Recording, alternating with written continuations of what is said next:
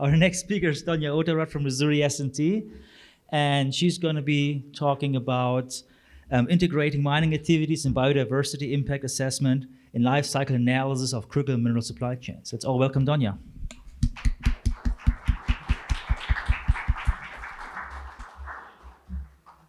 Hi, everyone. Thank you. Yeah. So, as Dr. Lakmeli said, I'm going to talk about the integrating mining activity and biodiversity impact assessment and life cycle analysis of critical mineral supply chain. So, it's like talking about land use. So, we are talking about all other impacts in mining, like community and everything. So, right now, I'm going to talk about the land use impact. So the agenda is background, objectives, methodology, conclusion, and at last, if you have any questions. So for the introduction, so we all know about the importance of critical minerals. So it's fundamental for energy transition and national security. Also, it's essential for the cleaner energy like EV, like electric vehicles, batteries, and also renewable energy technology such as solar panels and everything else. So the critical minerals are important for us. But the need for the critical minerals and for sustainable extraction is important for us too. So importance of sustainable extraction methods. It's important to have to extract the critical minerals and also introducing a method that doesn't have a long-term harm to the environment around the mine. And also, we can at least have the least effect on the land around the mine. So we are going to mitigate, we are going to introduce a method to mitigate the environmental and social impacts of that. The other things is effect of mining in the local environment for the land use, because land is a source for the mining and extraction the critical minerals. So it makes the land use important for the local environment and the people living around the mine.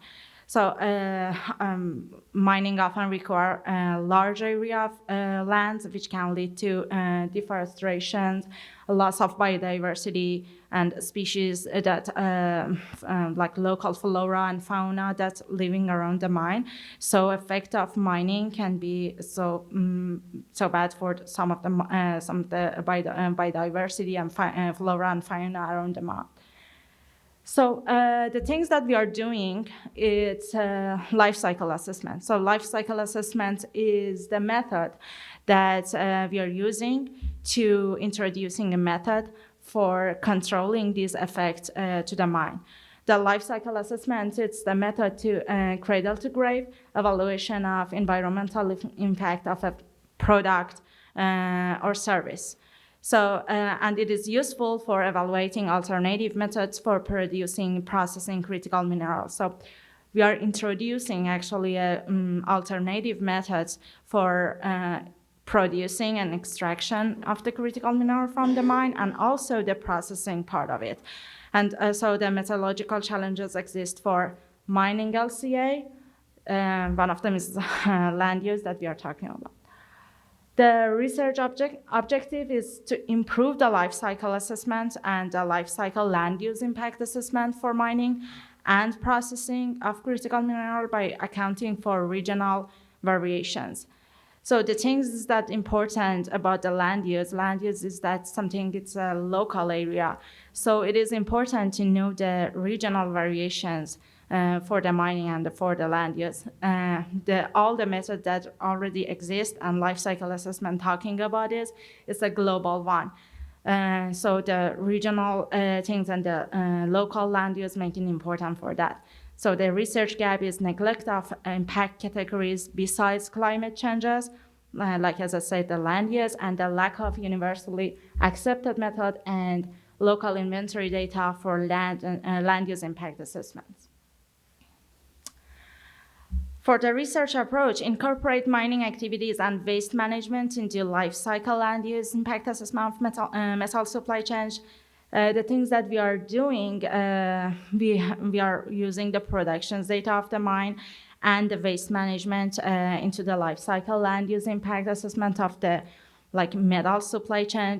For my case, I'm working on the cobalt in DRC area mining. So we are having the production data and the waste dump and tailing productions of the cobalt.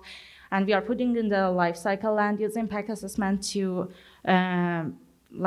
calculate the impact of the mining to the land use and introduce a new local characterization factor for mining. As I said, every method that already exists in life cycle assessment are using the global characterization factor, and they cannot calculate the local effect of mining in the land around it. For the methodology, the first thing that we are doing, we are compare different assessment methods to identify the advantages of which method is perfect for using for the land use, and show the current popular inventory data as an example for lack of local data for extraction sites. So the inventory data that already exists from the application that we are using, the CIMA Pro, it's the lack of the data for the land to calculate the impact of the mining to the land around it. So that not all the methods include the local characterization factor, and the methods are not regionalized. Land use impact consists of impacts from both land, the time of the occupation, the time that the mining opens and start to production, and also the time of the change of the land. So it's transformation times, like the times that the land was using from something else, like forest or other things, to the mining area, which not all methods cover both. So to understand the model and the method that I'm talking about, so the land use impact assessment, as I said, there are a lot of methods using the effect of mining to the environment around this. One of them is the recipe modeling method. For the recipe, there is a certain 3 sections for that. One of them that's important is transformation, that is not included in this method, and it's so many methods that we are working. So that's the part that we focus on that. And the other is the occupations. So the characterization factor expressed in a potentially disappeared fraction of a species per annual crop equivalent. I estimate of the species richness disappear in terms of equivalent of using the land for cropping. And the other section is the relaxation time. The characterization factor defined for this time is like the PDF multiplied by year per annual crop equivalent. The relaxation time is the time that the mine is stopped working and then come back to the land that's going to be used besides mining. In our model, we are introducing the 3-unit process.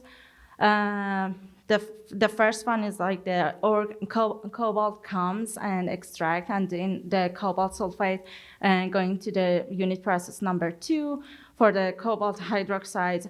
And then these 2 unit process happening at the mining area in DRC, but at last the cobalt hydroxide and sometimes cobalt sulfide go to the unit process number 3 that is gonna happen in the China for processing and refinery to have the purified cobalt melting. So as I said, they're going to mine, extract the cobalt ores, and then for the other part are going to introduce the cobalt as a pure commodity to go to the other industries. For the DRC area, they are using the sediment-hosted copper cobalt deposit. Cobalt is mostly a second commodity and a byproduct of the deposits. I'm sorry. And then after the processing and everything, the cobalt goes to the unit process 3 as China to process. For the recipe modeling characterization factor, if you wanna calculate it as like manually, they introduce the species relative to an annual crop and introducing a characterization factor as a midpoint, and then the species richness relative for the land use type X comes from a species richness of the land use in region I. After all these calculations, they have the characterization factor for the midpoint for the occupation and relaxations time. That's the things that multiply in every unit process to calculate the impact of the environmental effects. So the environment of the CIMAPRO application is like we are putting the cobalt hydroxide as an output of our unit process for 1 kilogram of the cobalt. And we are using the land use like inventory data that exist in the CIMAPRO application. That's, as I said, is like lack of the data for that. So, I'm sorry. So as you see, the characterization factor for occupations, we have number for that, but for the transformations to industrial area or to mineral extraction site, we don't have any calculation because we don't have a like good characterization factor defined for the transformations time.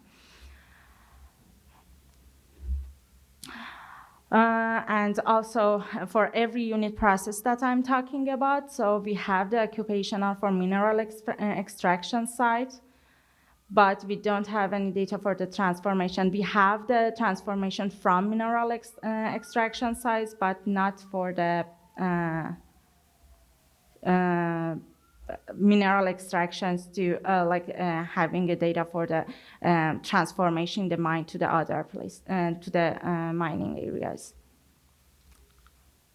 Okay, and so every characterization factor for occupation and relaxation have a specific number based on the indicators that calculated them in a global view. Land occupation is based on the hectare land disturbed, and land relaxation is based on the hectare multiplied by the year. So we need to have a relaxation time for every land either, and total impact factor is calculated by land occupations multiplied by characterization factor in every unit process to have the overall impact of the environment. And total impact factor for relaxation is the same as occupation, but we use characterization factor specific for the relaxations time. And as last, as I said, they have a characterization factor for occupation and relaxation time, but they're not useful for the local area. They're just useful for the global view. Our approach for that, we are using remote sensing and historical production data to assess biodiversity impact over time. The images showing the DRC area and the mine for the cobalt. The second images is one of the big mine in DRC, Matanda mine, that we are using the polygon around it to calculate the biodiversity impact and use that data to generate the life cycle characterization factor. And also we use the remote sensing. So the two images, one of them is the example mine landside image from year 2000, and the other one from the year 2023. So you can see the differences between the land that there is no mine in it, and then the mine that exploded. So expected outcome and conclusion, we are going to improve life cycle land use impact assessment, and we are using more accurate evaluations, addressing research gap for better land use impact assessment, using remote sensing and changes happening through time series from 2000 to 2023 to know about the changes. Thank you so much.